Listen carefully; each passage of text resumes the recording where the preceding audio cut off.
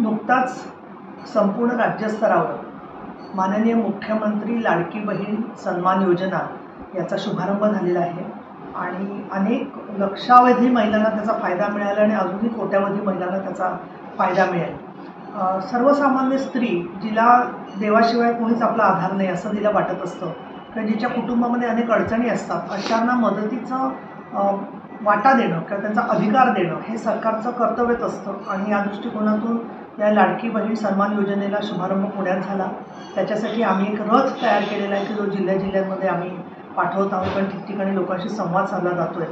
महिलांचा आत्मविश्वास वाढावा या दृष्टीने हे एक सकारात्मक पाऊल आहे आणि काही लोक जे त्याच्यावर टीका करत आहेत की याच्यामुळे सरकारचं काय होईल, तर आतापर्यंत अनेक वेगवेगळ्या योजनांच्या मध्ये ज्यांनी कोट्यवधी रुपयांचे भ्रष्टाचार केलेले आहेत, 12,000 कोटी, 13,000 कोटी, 14,000 कोटी। ओएसिस फर्टिलिटीच्या तज्ञांनी IVF उपचार पद्धतीद्वारे 1 लाखांहून अधिक जोडप्यांना मातृत्व प्राप्तीचा आनंद दिला आहे।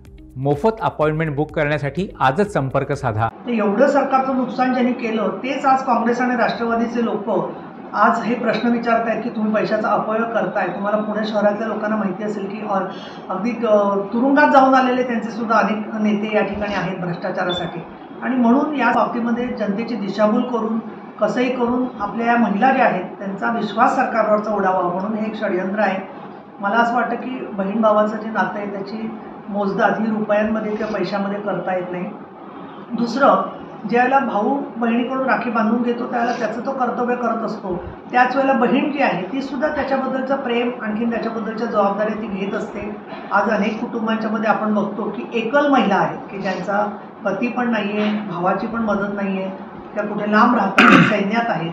अशा महिलांच्यासाठी सुद्धा ही योजना जी आहे ती एखादी दिलासा देणारी किंवा तहानलेल्या माणसाला, व्याकुळ झालेल्या माणसाला पाण्याचा एखादा घोट मिळावा तशा प्रकारची योजना आहे।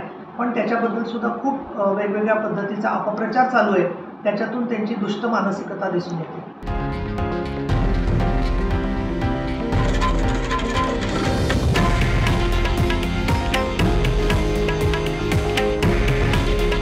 हे आहे देशातील नंबर 1 न्यूज नेटवर्क आणि आपण पाहत आहात TV9 मराठी। काळजी तुमची, हित महाराष्ट्राचं।